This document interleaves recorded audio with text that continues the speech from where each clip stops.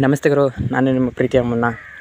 ಅದೇ ಹೇಳಿದ್ದೆ ಹಿಂದಿನ ವೀಡಿಯೋದಲ್ಲಿ ನಾನು ಊರಿಗೆ ಬಂದಿದ್ದೀನಿ ಅಂತ. ನೋಡಿರಿ, ಇವಾಗ ತೋಟ ಎಲ್ಲ ಫುಲ್ ಕ್ಲೀನ್ ಆಗೈತೆ. ತೋಟ ಎಲ್ಲ ಫುಲ್ ಕ್ಲೀನ್ ಆಗಿಬಿಟ್ಟು ತೆಂಗಿನಕಾಯಿ ಮರ ಎಲ್ಲ ಹಿಂಗೆ ಬೆಳೆದೈತೆ.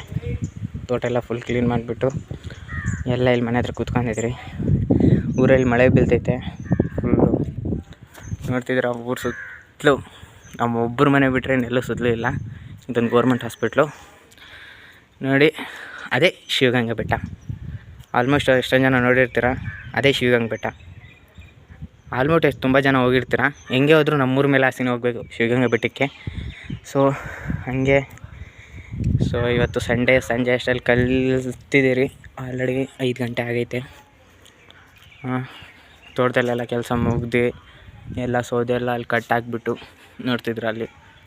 ಅಲ್ಲಿ ಸೌದೆ ಎಲ್ಲ ಕಟ್ಟಾಕಿದ್ದೀರಿ. ಸೌದೆ ಎಲ್ಲ ಕಟ್ಟಾಕ್ಬಿಟ್ಟು ಟೆರೆಸ್ ಮೇಲೆ ಬಂದೆ. ನೋಡಿದ್ರೆ ಮಳೆ ಬೀಳ್ತಿತ್ತು. ಶಿವಗಂಗೆ ಬೆಟ್ಟ ಫುಲ್ ಕವರ್ ಆಗೈತೆ ಅಲ್ಲಿ ಶಿವಗಂಗೆ ಬೆಟ್ಟ.